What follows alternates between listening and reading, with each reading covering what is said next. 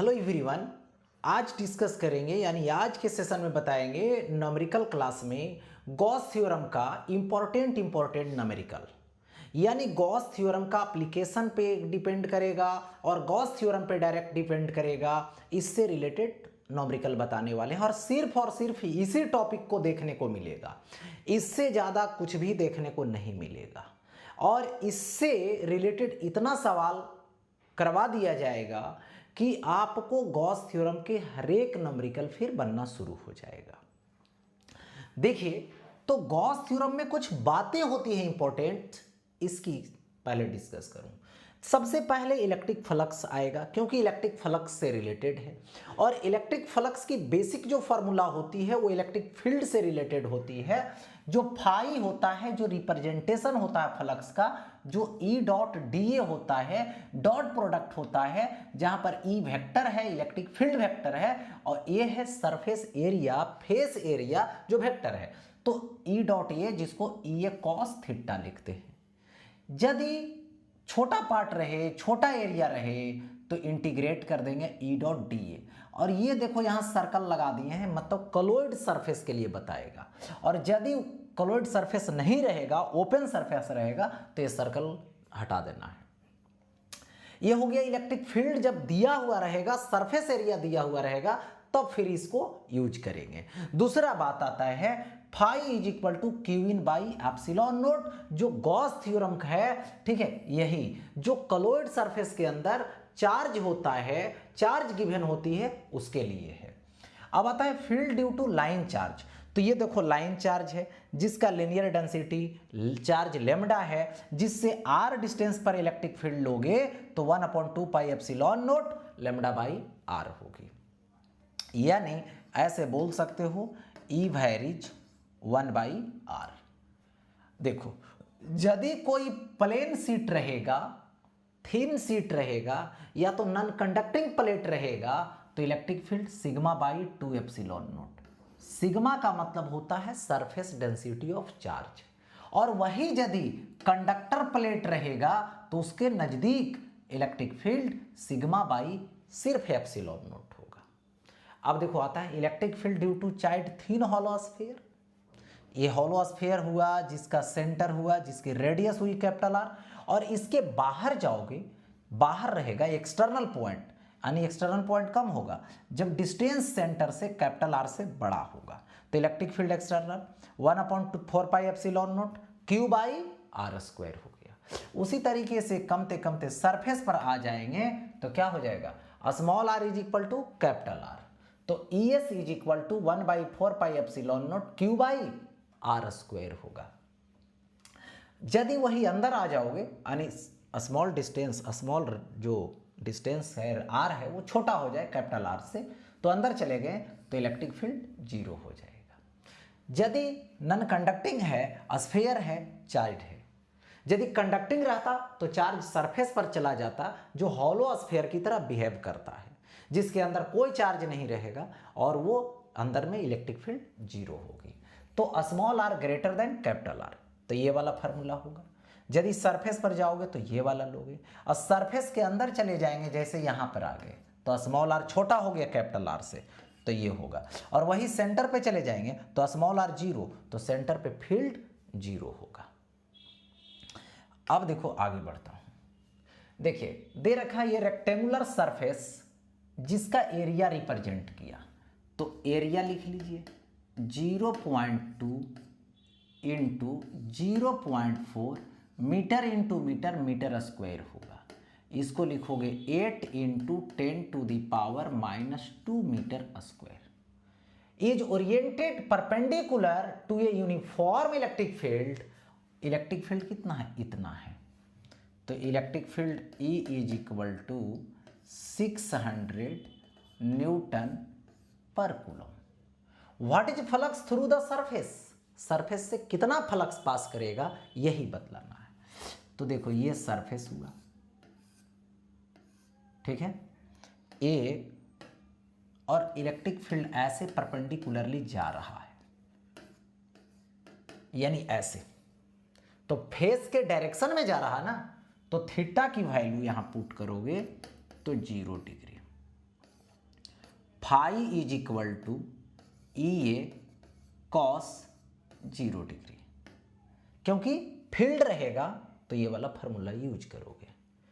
तो ई का value 600 into ए 8 into 10⁻⁻² Newton metre square पर कूलम आएगा। अब देखिए इन दोनों को मल्टीप्लाई करो, 48 आएगा, ये कट जाएगा तो ये हो जाएगा न्यूटन मीटर स्क्वायर पर कूलम। नेक्स्ट आगे बढ़ता हूँ। देखिए ए स्क्वायर ऑफ साइड 2 सेंटीमीटर, ठीक है, साइड दे दिया गया स्क्वायर का 2 सेंटीमीटर है, यानी 2 इंटू 10⁻⁻² मीटर। तो एरिया क्या होता है, साइड स्क्वायर, यानी 4 हो जाएगा, 10⁻⁻4 मीटर स्क्वायर आ जाएगा। Placed in a uniform electric field of strength इतना है, यानी जिसमें रखा गया है, जिसका स्ट्रेंथ दिया गया है, यानी इलेक्ट्रिक फील्ड का वैल्यू यहाँ पे 1500 और ये न्यूटन पर कूलम है। Calculate maximum and minimum flux through the square.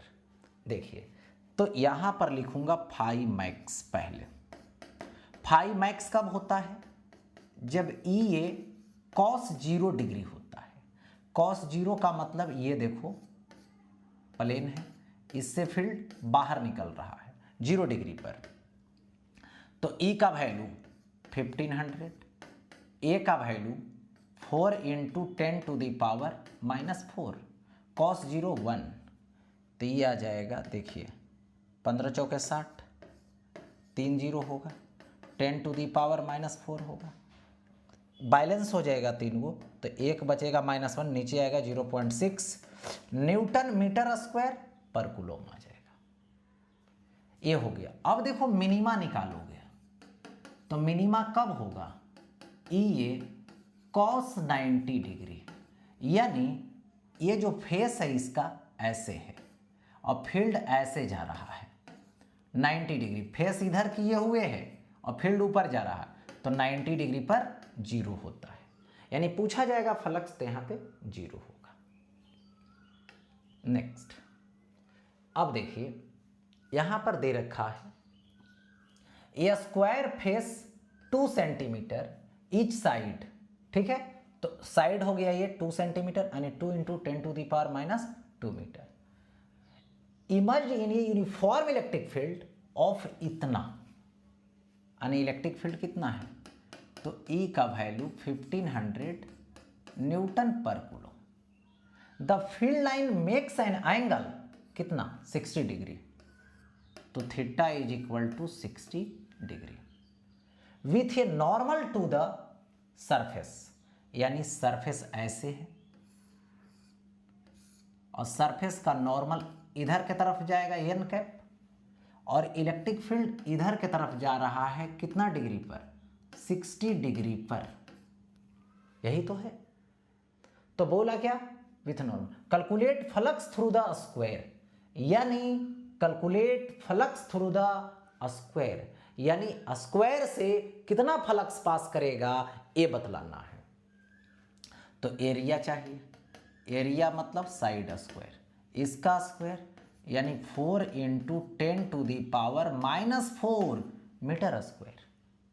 अब देखो फाई लिखोगे तो फाई इज इक्वल टू क्या लिखोगे, ई ए कॉस थीटा, तो ई का वैल्यू 1500, यानी 15 इंटू 10⁻², ए का वैल्यू कितना आएगा, 4 इंटू 10⁻⁻4, कॉस थीटा तो कॉस 60 डिग्री, कॉस 60 डिग्री 1/2 हो गया।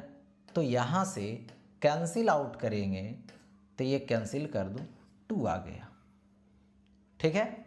तो ये कितना आया, फाई इज इक्वल टू 15 दूना 30 इंटू 10⁻² और 10⁻⁻4 यानी -2 हो गया। यहाँ से कितना आएगा, तो 0.3 न्यूटन मीटर स्क्वायर पर कूलम। सॉल्व हो गया। नेक्स्ट देखिए, a surface has the area vector A, area vector A है। What is the flux of an electric field, इतना।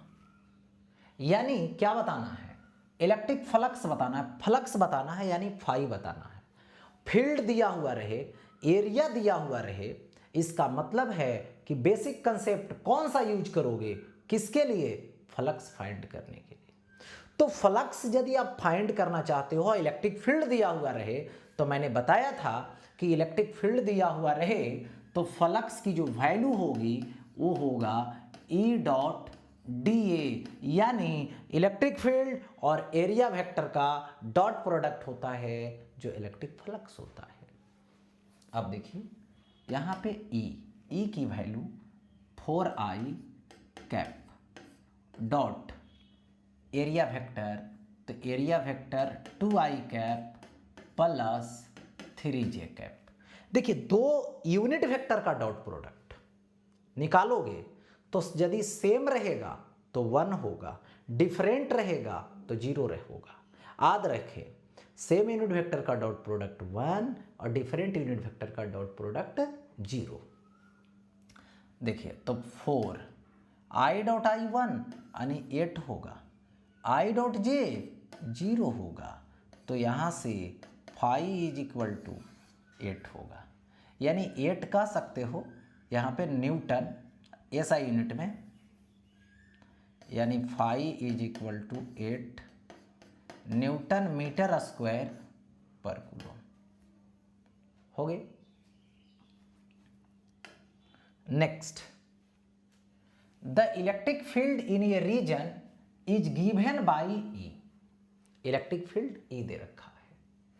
Find flux of this field through a rectangular surface of area इतना parallel to Y Z plane. देखिए यदि Y Z plane में रहेगा, जैसे देखिए x है, ये वाई है और ये जेड है, वाई जेड प्लेन में रहेगा तो फेस एरिया इधर के तरफ जाएगा, यानी एक्स एक्सिस की तरफ जाएगा।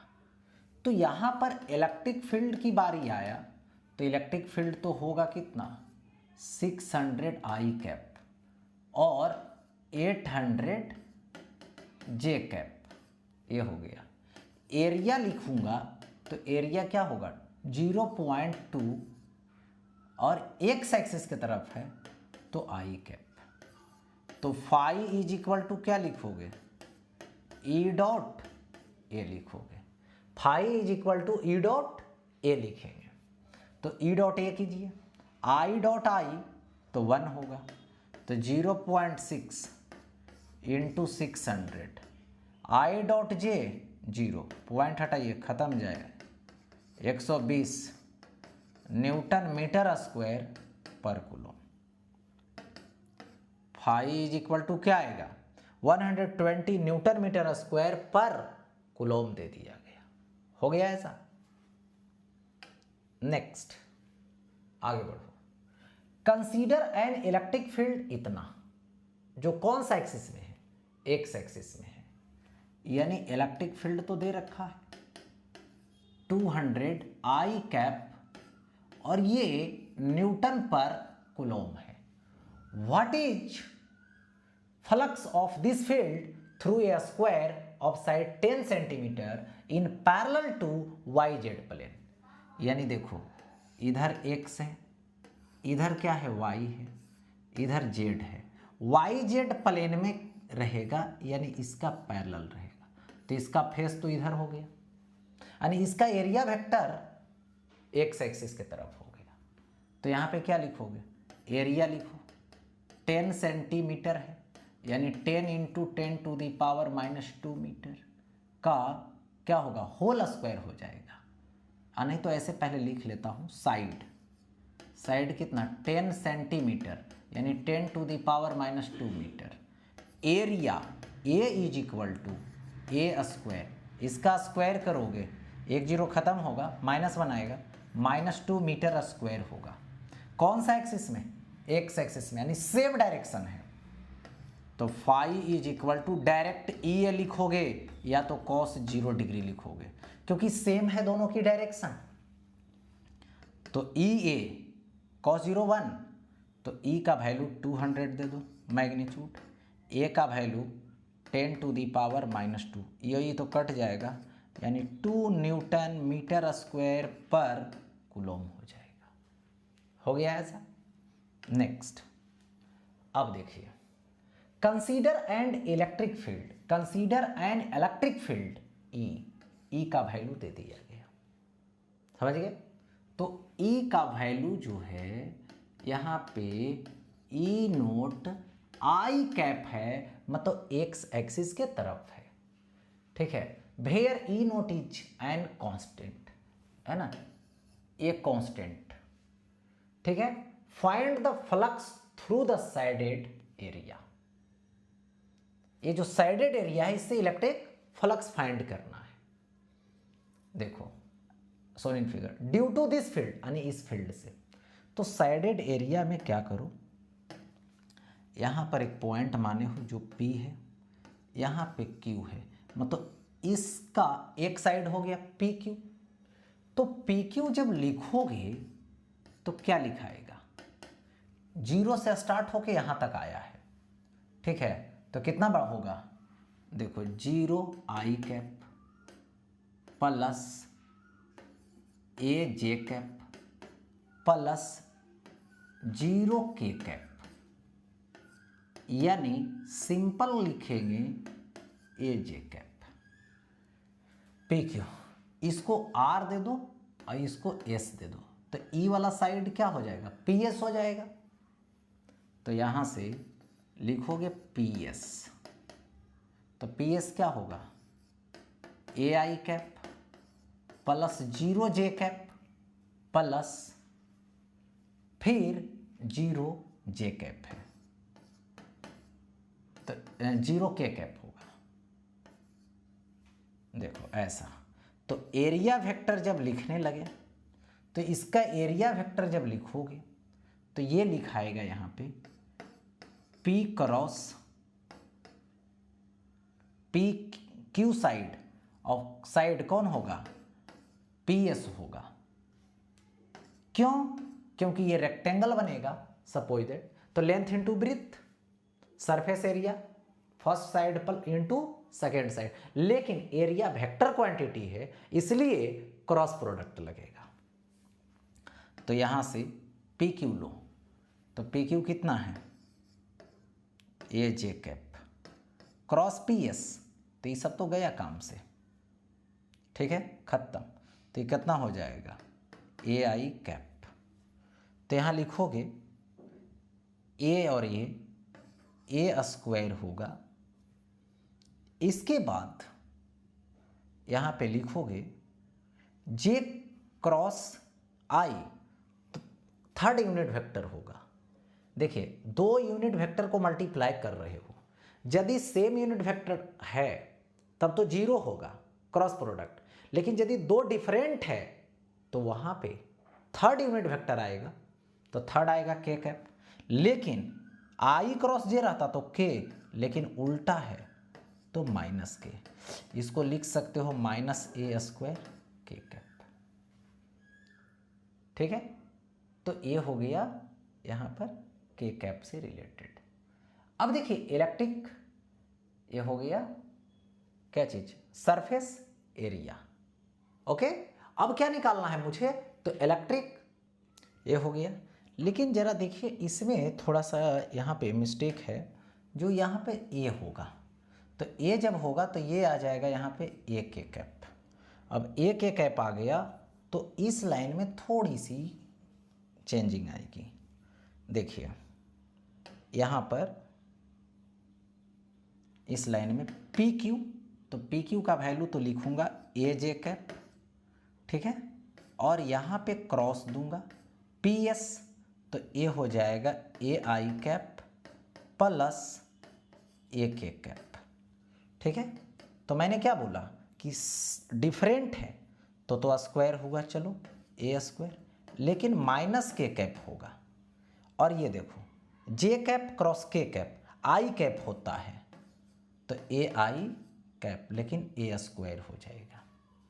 यहां पर ए स्क्वायर आई कैप, ये निकल गया क्या चीज? Surface area. ठीक है, किस सिस्टम से? कोऑर्डिनेट सिस्टम से। तो यहां पर कोऑर्डिनेट सिस्टम से निकला। अब निकालना क्या है? तो फ्लक्स निकालना है। तो फील्ड मालूम है, एरिया मालूम है, तो यहां पर लिखूंगा phi is equal to E dot A. क्योंकि फील्ड मालूम रहे, एरिया मालूम रहे, तो डॉट प्रोडक्ट लेंगे। तो फील्ड कितना होगा? तो यहां पे ई नोट आई कैप और डॉट प्रोडक्ट किसके साथ?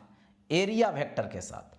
तो माइनस होगा ए स्क्वायर माइनस ए स्क्वायर के कैप प्लस ए स्क्वायर आई कैप। देखिए, तो इसके साथ ऐसा कर रहा हूं, सबसे पहले इसके पास ले जाओ, यानी तो ऐसा कर दो ई नोट ए स्क्वायर कॉमन। चलिए ठीक है, आई कैप डॉट प्रोडक्ट लेंगे, एक बार माइनस के कैप के साथ, एक बार आई कैप के साथ। तो मैंने बताया कि यदि डिफरेंट यूनिट वेक्टर रहे तब तो डॉट प्रोडक्ट 0 होगा, और सेम यूनिट वेक्टर रहे तो डॉट प्रोडक्ट 1 होगा। तो यहां पे डॉट प्रोडक्ट 0 होगा, इसके लिए 0 प्लस इसके लिए आई डॉट आई 1, फिर आ जाएगा तो क्या लिखोगे? ई नोट ए स्क्वायर हो जाएगा। हो गया ई नोट ए स्क्वायर। अब देखो आगे बढ़ता हूं next. Calculate the electric flux through a hemisphere of radius r. ठीक है, placed in a uniform field as shown in figure. बोल रहा है यहां पर कि ये हेमिस्फेयर है, पूरे हेमिस्फेयर से कितना फ्लक्स पास करेगा? जिसका रेडियस आर है। तो इससे तो यही है कि जितना इन कर रहा है फील्ड, उतना यहां से क्या हो रहा है? आउट हो रहा है। इसका मतलब है कि इन करने वाला नेगेटिव और आउट करने वाला पॉजिटिव, तो फ्लक्स क्या हो जाएगा? 0 हो जाएगा। ठीक है, क्योंकि यहां पे कोई चार्ज नहीं है। Incoming is equal to outgoing. अब देखिए, the electric field in a region is given by E, और ई का वैल्यू दे दिया गया कितना है? तो ई नोट बाई ए और एक्स आई कैप, यानी एक्स एक्सिस के तरफ है। Find the electric flux passes through a cubical volume bounded by x 0 ले लो और एक्स ए ले लो, वाई 0 ले लो, वाई ए ले लो, जेड 0 ले लो, जेड ए ले लो। ठीक, यानी कहने का मतलब हुआ कि ये एक्सिस हुआ एक्स, ये एक्सिस हुआ वाई, और ये हुआ जेड। ये तो 0 है, चलिए ठीक। जहां पे एक्स 0 वाई 0 और जेड 0, एक्स 0 वाई 0 जेड 0, तीनों हो गया यहां पर। लेकिन अब क्या करना है? एक्स में ए लेना है, यहां पे आ जाइए। वाई में ए लेना है, यहां पे आ जाइए। जेड में ए लेना है, यहां पे आ जाइए। और इसको चारों तरफ से क्या कीजिए? बाउंड्री बनाइए। बॉन्ड कीजिए किस में? तो लिखा है यहां पे इतना थ्रू क्यूबिकल वॉल्यूम, यानी क्यूबिकल वॉल्यूम।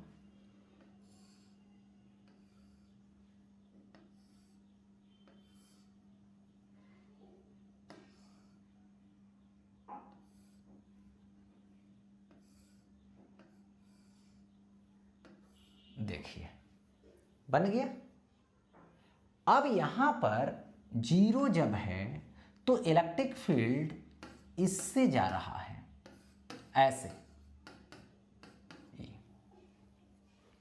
ठीक है, तो इलेक्ट्रिक फील्ड 2 ही फेस से पास कर रहा है, एक ये वाला फेस और एक ये वाला फेस। यानी देखिए यहां से ऐसे और ऐसे, इसका फेस तो इधर है, इसका फेस ऊपर है। तो जो फेस एक्स एक्सिस की तरफ है उसी से पास करेगा, क्योंकि वाई एक्सिस, जेड एक्सिस ये सब से नहीं पास करेगा, क्योंकि 90 डिग्री पर हो जाता है। ठीक है, तो इसी से फेस पास करेगा। तो इस समय इन कर रहा है, तो x1 क्या लोगे 0, तो फील्ड भी क्या होगा, x का वैल्यू 0, तो गया काम से। यानी फ्लक्स φ1 0, जो यहाँ से इन करने वाला था इस सरफेस से, गया काम से। ठीक है, यानी इस सरफेस से इन करने वाला 0 हो गया। अब बचा कौन, ये वाला ले लो, इससे पास कितना करेगा ये देख लेते हैं। तो इस समय x2 हो जाएगा, तो x2 कितना आएगा, a के बराबर। तो इलेक्ट्रिक फील्ड यहाँ पे जब लिखोगे तो E is equal to E2 is equal to E naught A, x का वैल्यू a, ये कट जाएगा तो E नोट आएगा। इसकी एरिया कितना होगी, तो एरिया होगी साइड स्क्वायर। क्यों, क्योंकि ये स्क्वायर है, तो यहाँ पे फ्लक्स φ2 लोगे तो क्या होगा, आउट हो रहा है E2 इंटू ये सेम डायरेक्शन में, E2 का वैल्यू E नोट और लिखोगे a स्क्वायर, यानी साइड का स्क्वायर। तो टोटल फ्लक्स कितना होगा, phi is equal to φ1 plus φ2, तो 0 और plus E naught a square, यानी क्या आ जाएगा, E नोट a स्क्वायर होगा ऐसा। तो phi is equal to E naught a square दे दिया गया। क्लियर, ठीक है। अब देखो आगे बढ़ता हूं, next. In figure find electric flux passes through the cube, यानी क्यूब से कितना इलेक्ट्रिक फ्लक्स पास करेगा यही आपको बतलानी है। ठीक है, तो क्यूब है, सबसे पहले ये नंबर में आ जाइए, सेंटर पे रखा हुआ है, मतलब इनसाइड है, तो इससे कितना पास करेगा, टोटल तो इसी से पास करेगा, तो ये होगा Q बाई एप्सिलॉन नोट। हो गया ये एक। यदि इस फेस पर रखे हैं एक सरफेस पर, तो अभी तो चारों तरफ से पैक नहीं है, एक क्यूब यदि ऊपर से ऐसे ड्रा कर दें, ऐसे ड्रा कर दें,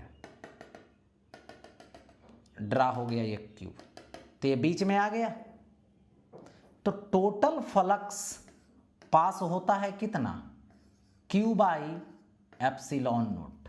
देखो टोटल फ्लक्स पास होता है कितना, Q बाई एप्सिलॉन नोट। तो एक क्यूब से चाहिए, क्योंकि ऊपर वाला तो था नहीं, तो इमेजिन किए हैं, इसलिए कि चारों तरफ से पैक हो जाए, तो हाफ हो जाएगा। 2 गो से जा रहा है Q बाई एप्सिलॉन नोट, तो एक से उसका आधा आ जाएगा, यानी इतना होगा। यदि आप साइड पे रखते हैं, साइड के मिड पॉइंट पे रखते हैं, तो इसको कवर करने के लिए एक देखो इधर कवर करना पड़ेगा और 2 को ऊपर से, यानी 4 से, तो इसमें डायरेक्ट याद रखना कि 4 से डिवाइड कर देना। ठीक है, और इसको यदि कवर करना है तो चारों तरफ से पैक करोगे और एक क्यूब से निकालोगे, तो इसको सबसे पहले पैक करना है गॉसियन सरफेस से, तो 8 क्यूब लगता है। तो 8 क्यूब जब लगेगा तो ये गो से कितना हो जाएगा, 8 से होगा Q बाई एप्सिलॉन नोट, तो 1 से Q बाई 8 एप्सिलॉन नोट हो जाएगा।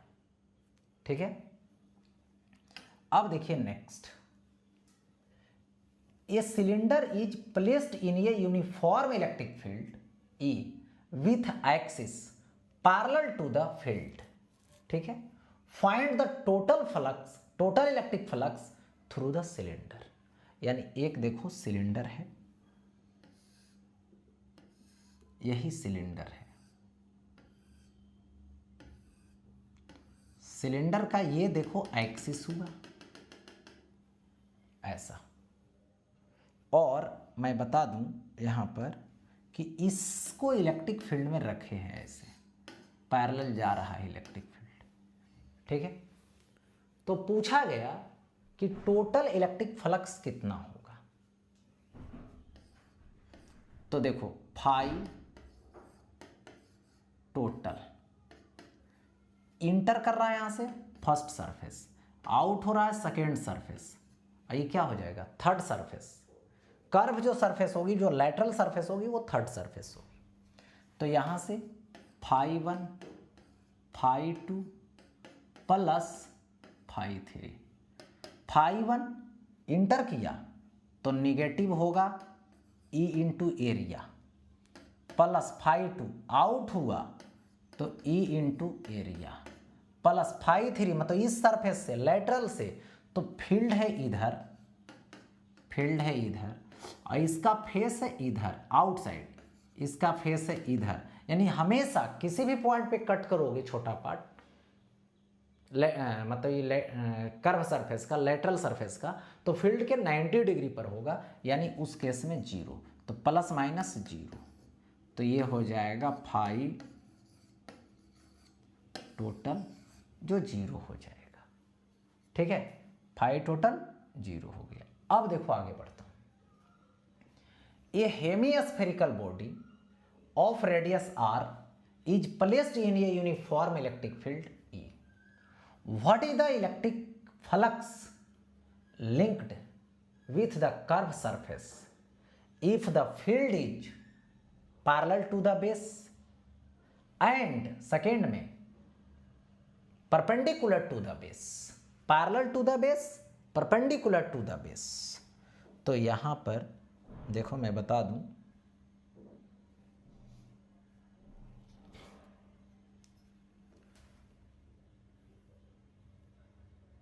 ये हो गया, एक नंबर में चल रहा हूं, देखिए। और यहां पर बतलाना है कि पैरेलल टू द बेस, यही बेस के पैरेलल जा रहा है ऐसे, तो किससे निकालनी है? इस कर्व सरफेस से निकालनी है। तो ये सरफेस है जो फील्ड में रखा हुआ है, तो ऑटोमेटिक है टोटल जो फ्लक्स होगा जीरो होगा। तो टोटल फ्लक्स मतलब एक होगा बेस और प्लस एक होगा कर्व वाला, टोटल जीरो कर देंगे। तो देखिए कर्व सरफेस जो है ये वाला है और ये क्या है? बेस है। तो बेस ऐसे है तो उसका फेस तो नीचे की तरफ जा रहा है, इसका फेस नीचे के बतला रहा है 90 डिग्री पर। तो इस केस में इसका एरिया देखो, इसका रेडियस कितना है? आर है। कहाँ गया? यूनिफॉर्म है ना, हेमिस्फेरिक बॉडी, रेडियस आर है। चलिए, तो इसका एरिया जो होगा वो क्या होगा? पाई आर स्क्वायर होगा। ठीक, यानी E into pi are square cos 90 degree plus phi curve ले लीजिए is equal to zero. Cos 90 zero तो जीरो हो गया, तो phi curve is equal to zero. Second number में क्या बोला है जरा ये सोचिए। सेकेंड नंबर में बोला है कि and perpendicular to the base, base के परपेंडिकुलर जाएगा। देखो ये क्या रहा? बेस रहा और इस बेस के परपेंडिकुलर जा रहा है। कौन जा रहा है? तो इलेक्ट्रिक फील्ड जा रहा है। देखिए, और यहां पर इसकी ये रेडियस है, देखो दे दिया गया। तो अब यहां से बतानी है परपेंडिकुलर टू द बेस, यानी बेस है ना सिक्के परपेंडिकुलर रहेगा तो फ्लक्स कितना जाएगा ये निकालना है। तो यहां से फाई एक होगा, कौन सा? एक होगा यहां से बेस वाला, तो phi base plus phi curve, दोनों को ऐड कर दो, जीरो बन जाएगा। बेस की बात करो तो यहां तो इन कर रहा है, बेस से क्या कर रहा है? इन कर रहा है। तो ये क्या होगा? E into area pi are square, क्योंकि ये सर्कल है, और कॉस 180 डिग्री लगेगा। ठीक है, और प्लस क्या लिखोगे? फाई कर्व निकालना है इज इक्वल टू जीरो, क्योंकि ये पूरा कॉलॉइड सरफेस कहाँ है? फील्ड में है। तो जितना इन कर रहा है उतना आउट कर रहा है इस कॉलॉइड सरफेस से, तो फ्लक्स तो जीरो होगा। अब कर्व का निकालना है तो minus E into pi are square होगा। ठीक है, क्योंकि cos 180 degree -1 plus phi curve होगा is equal to 0। So phi curve is equal to, minus में तो उधर प्लस में, पाई ई क्या होगा आर स्क्वायर। हो गया, तो phi curve is equal to pi E R square दे दिया गया। तो ये हो गया सवाल सॉल्व। नेक्स्ट, अब देखिए, if A Gaussian surface has 16 field lines leaving it when it surrounds A point charge इतना, यानी फर्स्ट चार्ज Q1 है जो 10 मिली कूलॉम है और फ्लक्स जो बता रहा है नंबर ऑफ फील्ड लाइन वो 16 बता रहा है। बोल रहा है 80 फील्ड लाइन्स यानी फाई 2 बता रहा है 80 field lines leaving it when it surrounds unknown charge, यानी यहाँ पर unknown charge Q2 is equal to what. ठीक है, तो अब क्या हो जाएगा, what is amount of the charge, amount of charge बतलानी है। तो यहाँ से देखिए फाई वैरिज क्या होगा, Q होगा, क्योंकि कोई भी गॉस सरफेस लेते हो इसके अंदर चार्ज रखते हो तो इससे फील्ड लाइन जो पास करता है वही तो फ्लक्स है, इससे जो फील्ड लाइन पास करता है वही फ्लक्स है, जो फाई इज इक्वल टू क्या होता है Q in by epsilon naught. Epsilon naught constant, वैरिज को कांस्टेंट को हटाओगे वैरिज आएगा, तो यही तो है यहाँ पर Q फाई वैरिज Q। इससे तो इसको लिख सकते हो फाई 1 बाई Q1 और इसको लिख सकते हो फाई 2 बाई Q2, लिख दिए। अब यहाँ से क्या करोगे, नेक्स्ट स्टेप लो, फाई 1 फाई 2 है, तुम्हें निकालना क्या है जरा सोचो, Q2 निकालना है, तो Q2 को इधर कर दो, ला देंगे, ये रहेगा फाई 2, नीचे आ जाएगा फाई 1 क्रॉस मल्टीप्लिकेशन से, और Q1 ऊपर चला जाएगा मल्टीपल होने, फाई 2 का वैल्यू 80 रखो बाई फाई 1 का वैल्यू 16 रखो इंटू Q1 का वैल्यू 10 मिली कूलॉम रखो, जो कटेगा उसको काट दीजिए, तो ये हो जाएगा 5, तो ये हो जाएगा 50 मिली कूलॉम, यही तो हो गया 50 मिली कूलॉम दे दिया। नेक्स्ट, अब देखो यहाँ पे एज्यूमिंग अर्थ ये conducting object, calculate charge density, यानी सरफेस चार्ज डेंसिटी। कंडक्टर है, कंडक्टिंग मानिए ऑब्जेक्ट, तो सरफेस पे चार्ज डिस्ट्रीब्यूट करेगा, तो वो हो जाएगा surface density of charge.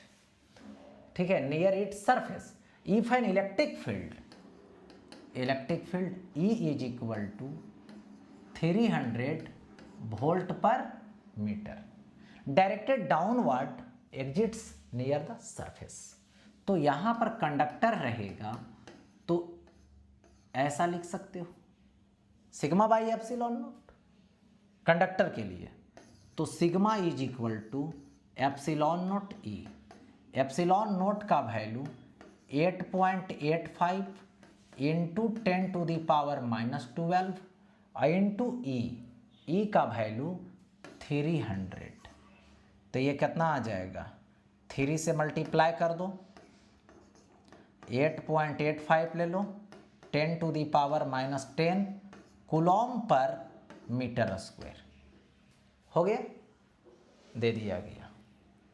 Next में आ जाइए, find the magnitude of electric field at a distance 5 centimetre away from A line charge of density इतना। देखिए लाइन चार्ज ऑफ डेंसिटी इतना, तो पहले R का वैल्यू जो डिस्टेंस दिया है वो 5 सेंटीमीटर है, तो 5 into 10 to the power -2 metre दीजिए। लीनियर डेंसिटी ऑफ चार्ज क्या होता है, लेमडा होता है, लेमडा की वैल्यू कितना है, तो 4 इंटू 10 टू द पावर -9 है। ठीक है, तो ये है कूलॉम पर मीटर। अब देखो फील्ड निकालनी है, ठीक है, मैग्नीट्यूड ऑफ इलेक्ट्रिक फील्ड, तो 1/2 pi epsilon naught lambda by r. तो ऐसा कर सकते हो, इसको 2 से मल्टीप्लाई करोगे यहाँ पर, तो यहाँ भी तो ये हो जाएगा कितना, 4 हो जाएगा, 2 लैम्डा बाई आर। तो देखिए इसका वैल्यू 9 × 10⁻⁹, ठीक है, 2 लैम्डा 4 × 10⁻⁹ बाई आर की वैल्यू 5 × 10⁻⁻²। तो यहाँ पर कैंसिल आउट कीजिए, कितना होगा, तो यहाँ पे ये दोनों तो साइड हो जाएगा, ठीक, तो ये क्या होगा 9 × 2 × 4 तो 8, ठीक, ये क्या है -2 है, ऊपर जाएगा +2 तो 100/5, ठीक है, तो कैंसिल आउट कर देंगे यदि, तो ये हो जाएगा, देखिए नो, ये 72 होगा, दोनों मल्टीप्लाई होगा, ये क्या आएगा 20 आएगा, इतना न्यूटन पर कूलॉम। इसको सॉल्व कीजिएगा 4, और ये आ जाएगा यहाँ पर 14, इतना न्यूटन पर कूलॉम। मैटर सॉल्व हो गया। नेक्स्ट, अब देखिए, at what distance from A line charge, line charge से कितना डिस्टेंस, अगर डिस्टेंस बतलानी है। डेंसिटी कितना दिया है, line charge of density lambda 1 milli coulomb पर मीटर, यानी 10⁻³ होगा, -3 होगा कूलॉम पर metre. The electric field has magnitude इतना, तो इलेक्ट्रिक फील्ड E होगा जो 3 × 10⁻⁶ होगा और न्यूटन पर कूलॉम होगा। तो यहाँ पर E = 1/2 pi epsilon naught lambda by r होगा, 2 से मल्टीप्लाई कर देना ऊपर नीचे, तो 1/4 हो जाएगा pi epsilon naught 2 lambda by r. इसकी वैल्यू 9 × 10⁹ 2 और लैम्डा, और E की वैल्यू भी पुट करनी थी, तो 3 × 10⁻⁶ पुट करनी है, और 2 × लैम्डा की वैल्यू 10⁻³ होगा, बाई आर दे दीजिए, तो R की वैल्यू वट मालूम नहीं, R रहने दीजिए। अब देखिए इसको इधर लाइए, R हो गया, ये हो जाएगा 18 10⁻⁻6, इधर जाएगा तो 3 × 10⁻⁶, ये कट जाएगा, इसको काटोगे तो 6 मीटर आएगा, दैट मीन्स सॉल्व होगा ऐसा। नेक्स्ट, अब देखिए बात कर रहा है यहाँ पे an infinite line charge produce ये फील्ड इतना, तो इलेक्ट्रिक फील्ड दे रखा है, अगर इलेक्ट्रिक फील्ड 4.5 10⁻⁴ न्यूटन पर कूलॉम एट ए डिस्टेंस यानी स्मॉल आर, जो कितना है 2 metre. Calculate linear density of charge, यानी लिनियर चार्ज डेंसिटी बतलानी है, यानी यहाँ से लैम्डा बतलानी है, तो लैम्डा = वट, तो E = 1/2 pi epsilon naught lambda by r. इसको 2 से मल्टीप्लाई कीजिए, तो यह आ जाएगा 1/4 pi epsilon naught 2 lambda by r आएगा।